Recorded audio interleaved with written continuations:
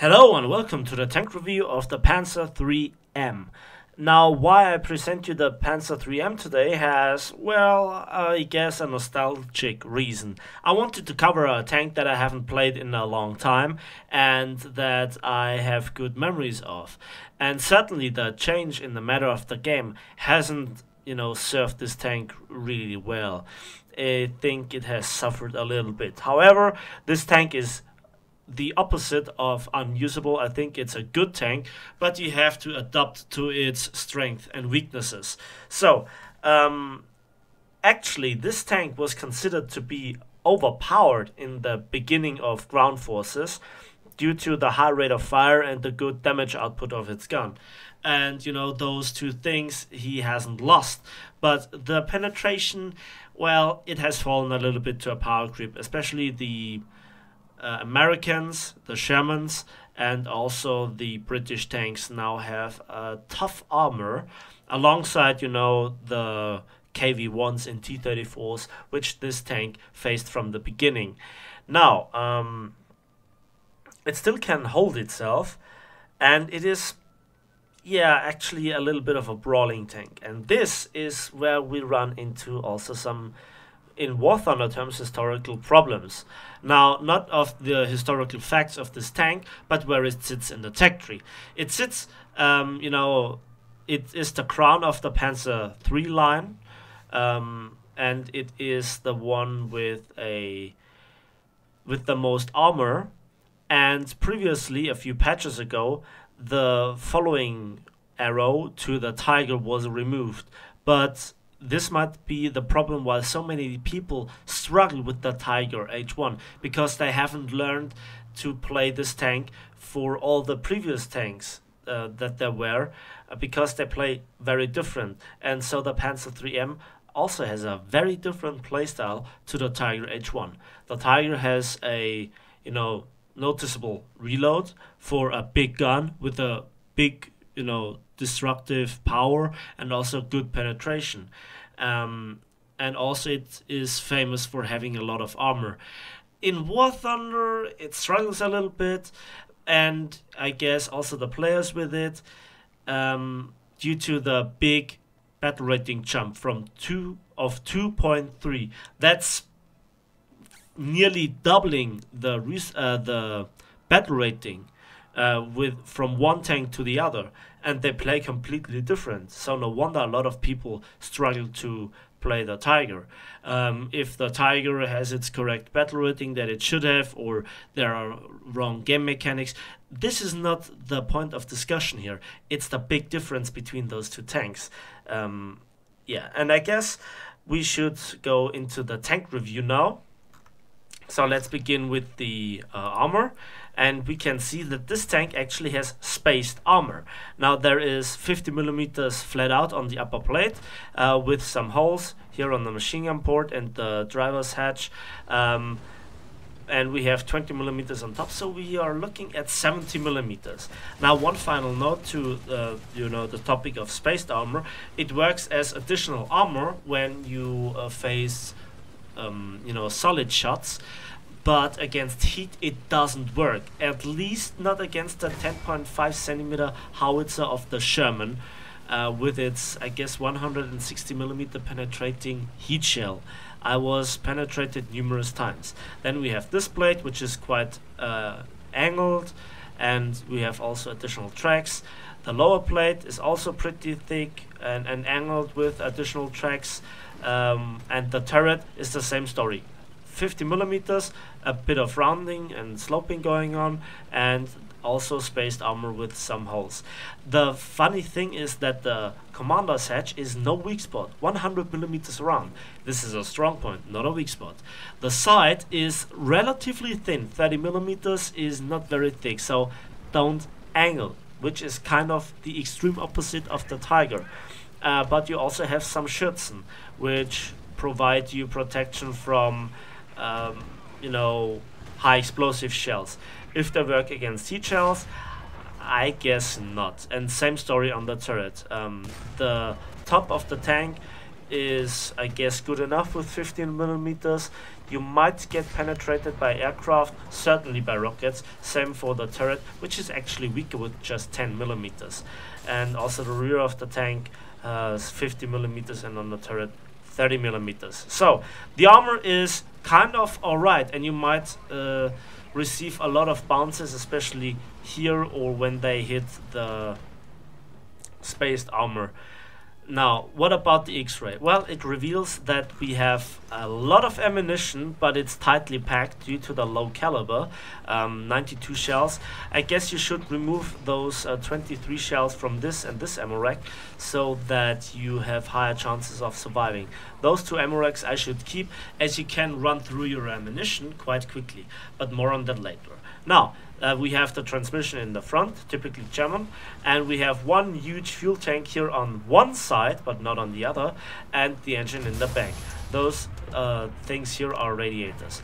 Then the crew, and that might, you know, give you some hint of why this tank actually has certain you know, survivabilities. First of all, the ammunition is not easy to hit from the front, and also we have 3 crew members in the turret: the gunner, the commander, and the loader in typical German order, and also the driver sitting with the machine gunner in front. So you can hit, as you can survive an APHE explosion in the turret, and you know, one can go back into the turret, work as gunner, and keep on fighting. And even with just 2 crew members, you can fight. Not as good with 3, 4, or 5 crew members, obviously, but you still can participate. Now, what about the mobility? And yes, I begin with the mobilities rather than the firepower. It's not too great, although you have, let's first look at the arcade stats. You have a top speed of nearly 60 kilometers, which is not slow, and you can see this top speed in a straight line if you are given time and you see no muddy or medium terrain. So on hard terrain, this tank performs really good, which you can accept for the narrow tracks. For a horsepower to ton ratio of 24 horsepower per ton in arcade, that is not good. There are other tanks that have certainly more.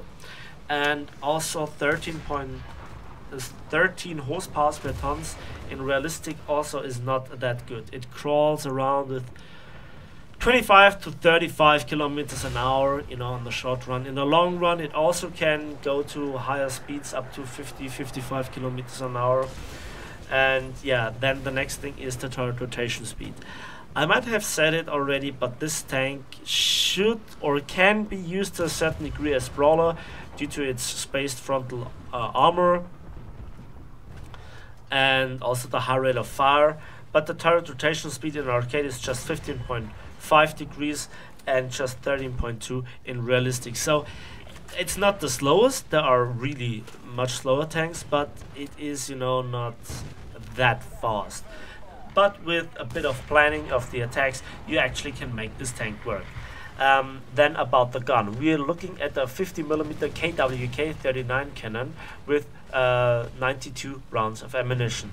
And the nice thing about this gun is it's 10 degrees of gun depression, so you're on par with the British and American tanks, and certainly better than the Russian tanks with their, I guess, 5 degrees as standard gun depression at this battle rating.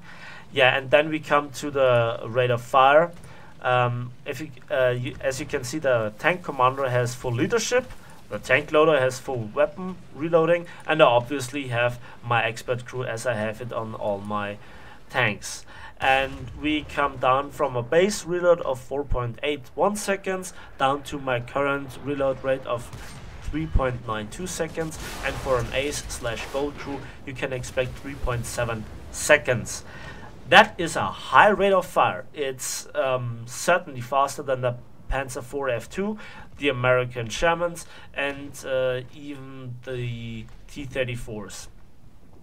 Now, what about the ammunition?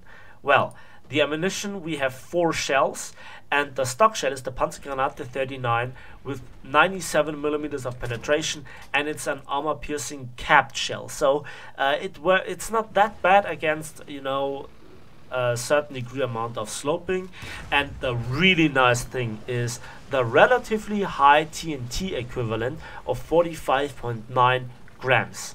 That is, you know, so much better than the 75 millimeters, so the damage output is quite nice.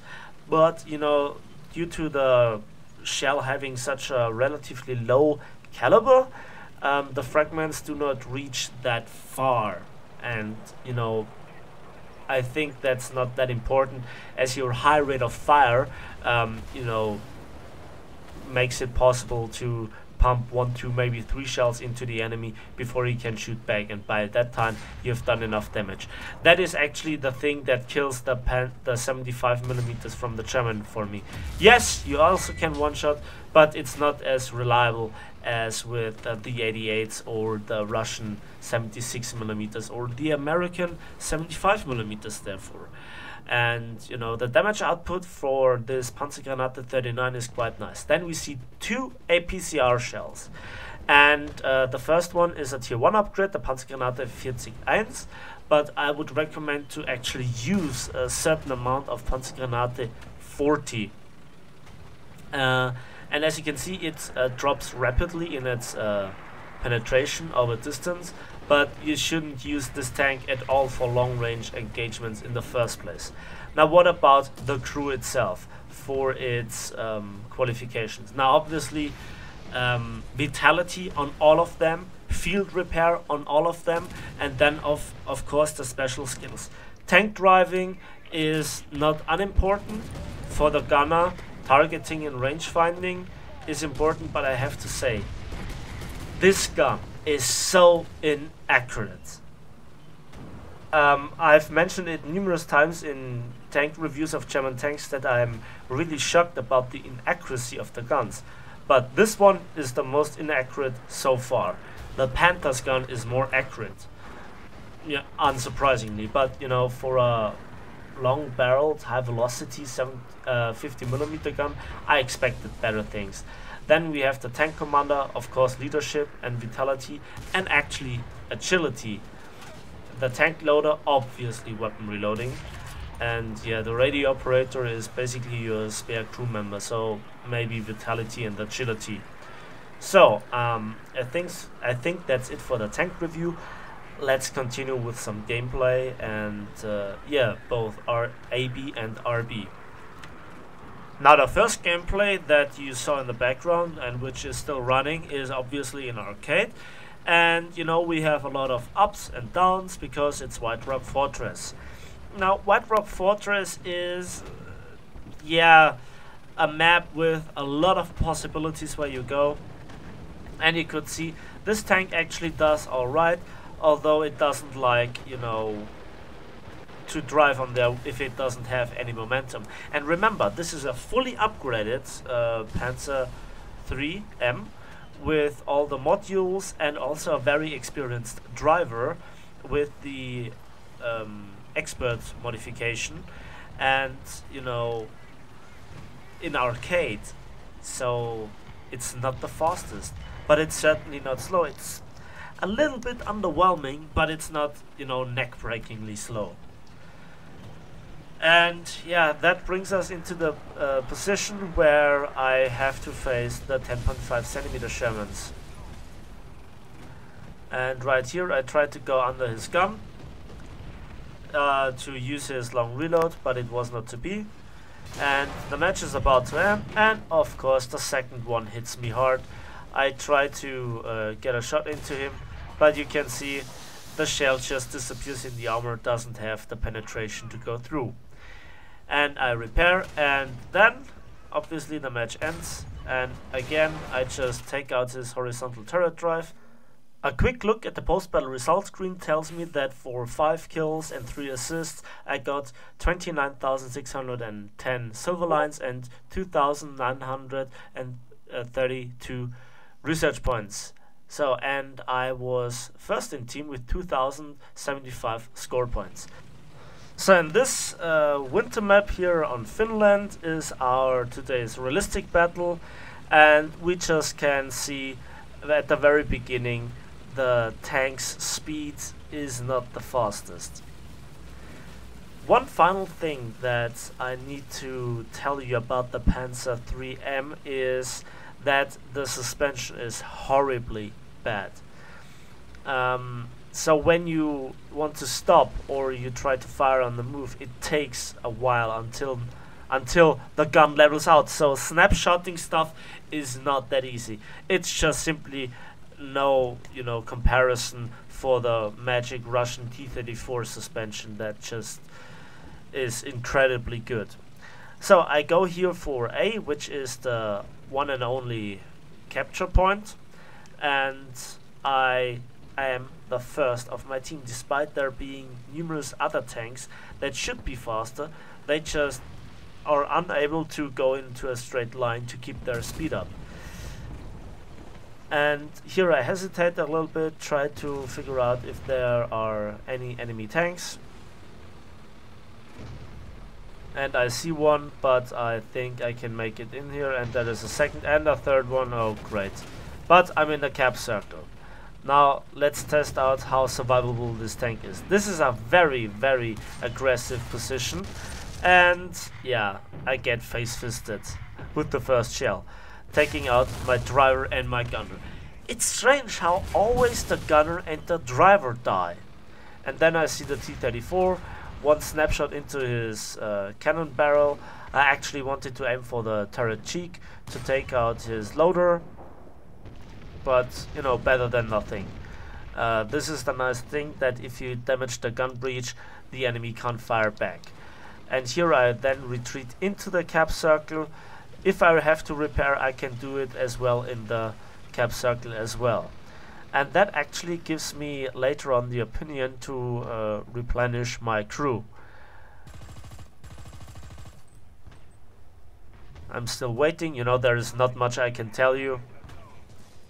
I still repair, and then I see him and one-shot him. Nice.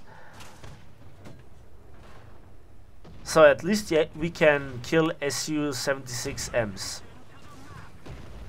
And then I trigger the crew replenishment finally, and then I miss the shell on this truck, but I machine gun him down. So the machine gun is not that useless. And you can see how long this crew replenishment module takes. And we will see more of this KV-1B later on, as he is the spearhead and feeds the Russian their own medicine, and I try to support him now. Now here on a straight line, you can see the tank is not that slow, but the second we hit more difficult terrain, or we go a bit uphills, the tank struggles to accelerate or to even keep its speed. But again, it's a bit annoying, but not neck-breakingly slow. Then I see a lot of enemy tanks, and you can see how long the gun wiggles forwards and backwards. I think it's kind of different to the behavior of the long 75 on the Panzer IV F2, that whips a bit more the third time, but it's kind of annoying. You can see the suspension is not that great, despite all those road wheels. And I look around frantically to see if there's any enemy. I don't want to get surprised from the middle section of the map, as my team just doesn't want to move forwards. There must be something that holds them back, but I can't see any. I hear that the KV-1 engages somebody, and obviously he has killed the AAA relatively quickly. So let's go back and support the KV-1 once more, if I actually can support him, as he seems to have no problems on its own.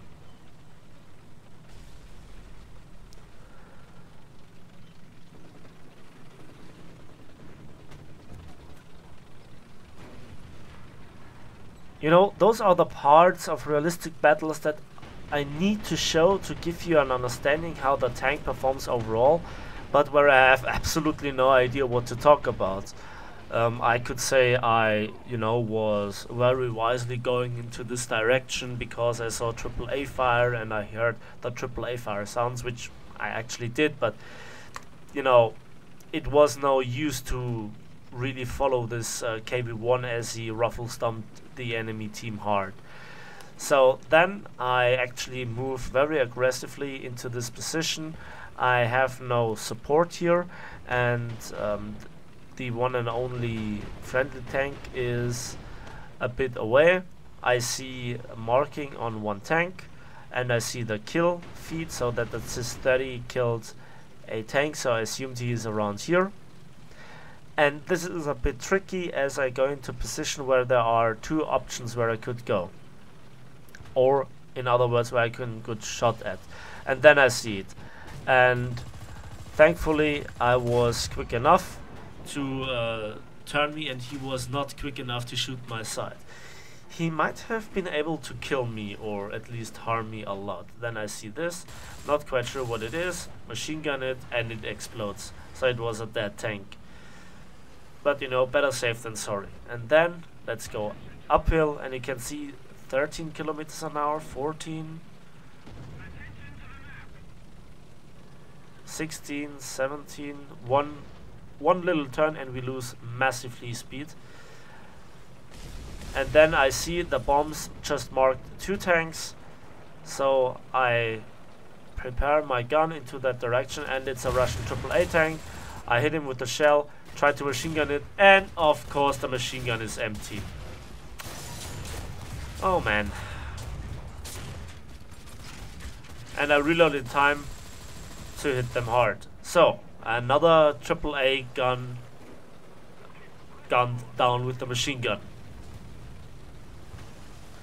They should have invested a little bit more, steel in the protection of the crew, at least from AAA fire, not AAA, from machine gun fire.